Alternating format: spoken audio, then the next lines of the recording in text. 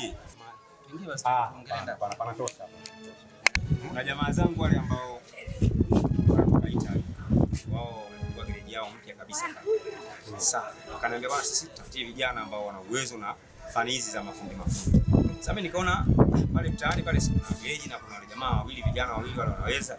Nikaona nikufuate nikwambie kwamba kama vipi. Kwa sababu jamaa analipa vizuri. Wanalipa vizuri. Kwani wamekwambia hapa walipo vizuri? Hiyo, yani maana yangu katika maisha si unajua kuna changamoto za hapa na pale. Kwa hiyo kuna muda mwingine unaongeza sehemu ili kutatua. Unajua bwana, hapa vijana mimi nawategemea sana. Katika kazi ndogo wanakuwa wanasaidia. Hapa mimi mpaka labda zile kazi kubwa ndo naona sikipatikana kazi ndogo. Nisaidia. Sasa uone kwamba ukiwachukua unakuwa umenikwamisha bwana. Samahani sana bwana. Haujakosea. Hujakosea. Hamna, yani unajua kuna mwingine anakuja unajua anakuja kutoa mawazo hivi na nini kuondoa changamoto katika maisha. Ndio angalia sawa, hamna tatizo. Asante sana. Samahani sana lakini. Asante.